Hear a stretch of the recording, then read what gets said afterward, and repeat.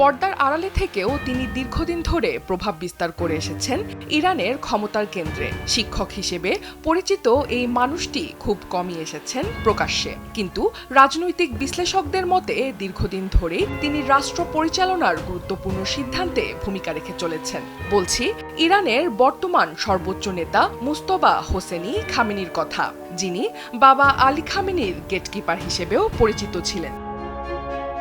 ১৯৬৯ সালের ৮ সেপ্টেম্বর ইরানের উত্তর পূর্বাঞ্চলীয় শহর মাশহাদে জন্ম নেন মোস্তবা। তার শৈশব কেটেছে রাজনৈতিক অস্থিরতার মধ্যে। সে সময় ইরানে চলছিল শাহ মোহাম্মদ রেজা পাহলভির রাজতন্ত্র বিরোধী আন্দোলন। মোস্তবার বাবা আলী খামেনি ছিলেন প্রভাবশালী আলেম এবং আন্দোলনের সক্রিয় অংশ। ফলে শাহর নিরাপত্তা বাহিনীর হাতে তাকে বারবার গ্রেফতার ও নির্বাসনের শিকার হতে হয়।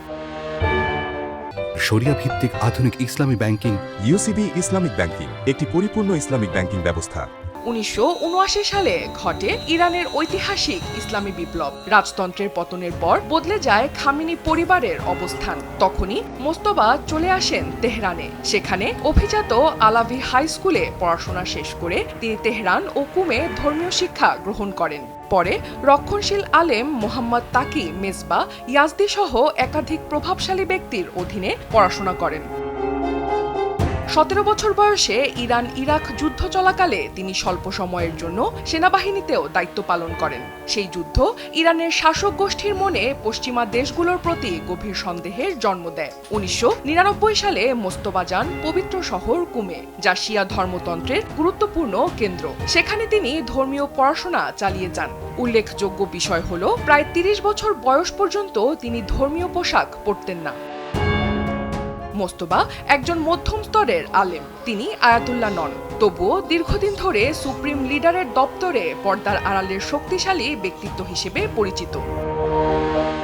মোস্তবার প্রভাবের পেছনে রয়েছে আইআরজিসির সঙ্গে ঘনিষ্ঠ সম্পর্ক।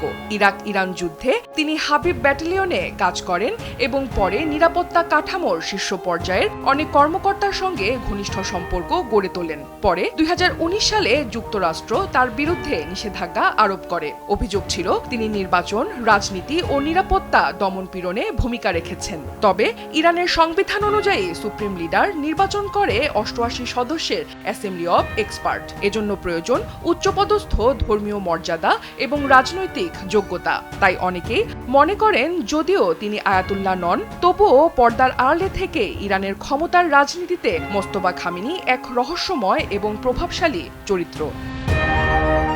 অনন্যা দাস, সময় সংবাদ।